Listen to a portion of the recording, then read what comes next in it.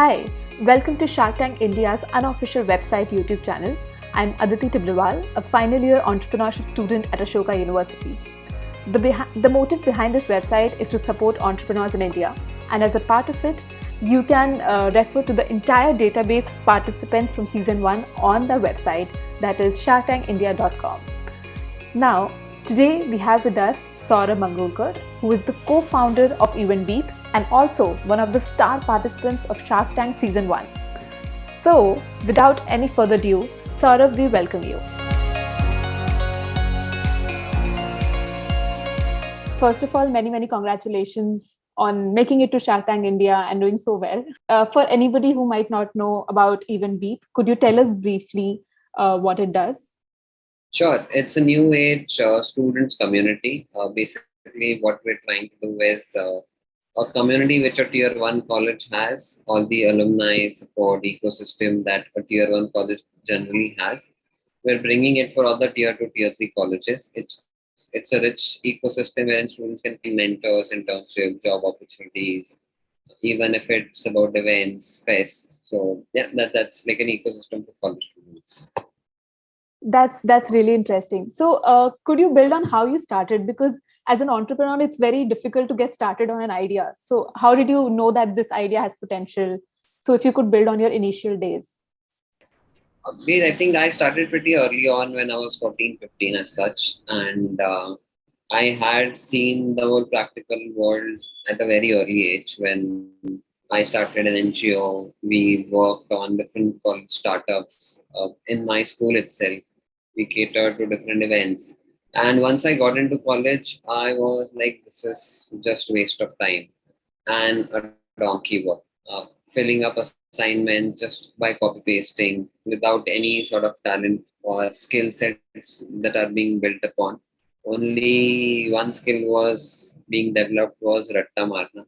And that's necessarily what I found. And there were so many talented students who were really good at designing, at arts, at crafts, and here they are learning engineering and then going to an IT job again. So it was a waste of time. It was a waste of efforts.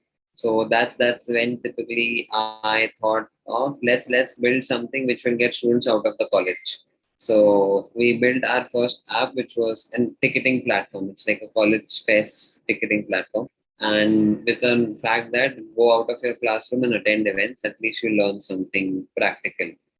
And with that, we realized the problem is much bigger. Colleges and the whole education system is broken. So let's fix it. We saw at students from IITs what they have in common, and we just went ahead and built the whole ecosystem for college students as well, from other tier 1, tier 2 colleges as such. So one thing I was really curious on that, how did you decide, like what kind of research did you do on the investors? And did you have an investor in mind before you came to the show? To be honest, I mean, again, at that particular time, the sharks were new, so we didn't know them much. We had an idea. We checked their profiles as such, but we didn't know how it will turn out to be. So I think we didn't have any specific sharks because we didn't know what they're really good at and wouldn't. So yeah, that's the I mean, we didn't have any preference of sorts. Okay. And another question. So when I was watching the episode, there was a small glimpse where you guys were discussing outside that. So you were mentioning that maybe we should just focus on one shark because then we might lose the focus if there are three. But you guys ended up going for all three. So what made you change your mind? I think it's more in terms of value that everyone has on the table. When there are three, all of these three would have different ecosystems that they'll be a part of. And I think that's specifically what we looked at, that every one of them will have their own networks of sorts. And this networks is what we would be looking at more than the money. That makes sense. Also, how much time do you get to discuss when you go outside to like talk amongst yourself? So how much time do you get? As long as you want to make a decision, not more than 5-10 minutes. I think that's like a average time it takes. Okay. And also, how do you plan your pitch? So on the TV, we see that's like a very short thing, but how much time does it actually take? And how is the process like?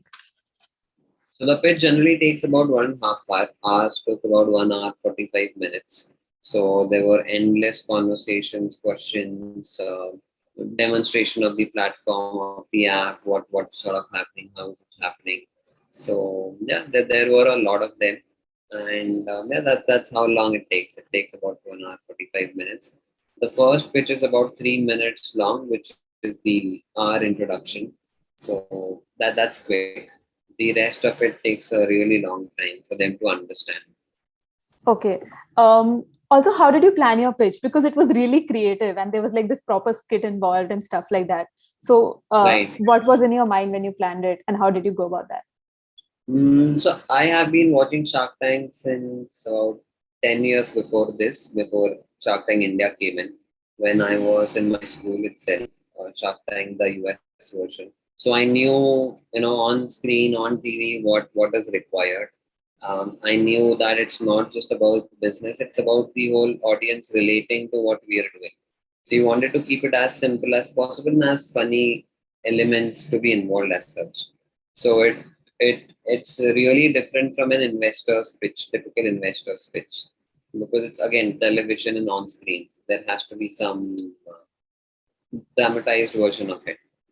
So I think I knew the moment we got selected for the auditions, how is it that we should position. I mean, on the auditions, we had like really amazing and funny songs as a part of the act. How TikTokers waste time on social media. So we actually did some reels and TikTok videos and dances as such. But then they couldn't find copyrights for the songs, so we had to skip them out during the shoot time. So yeah, I think that it was actually more funny than how it was on TV. But yeah, we had to skip those versions and look at this one. I see. Also, another question. So, when you get it, for example, an investor promises a skill when they join you. So, how much are they actually involved? It's up to you. But this time, what happened is they from on their own came to us, interacted, had certain sessions, mentorship sessions, review of the platform, what's happening, what's not happening, and yeah, that's something they are giving as much time as possible.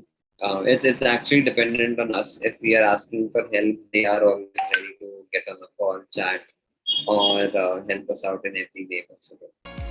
Thank you, Saurabh, for taking our time for this. Thank you to everybody who is watching. Stay tuned for more insights and more entrepreneurs that will be coming for our next episodes. See you.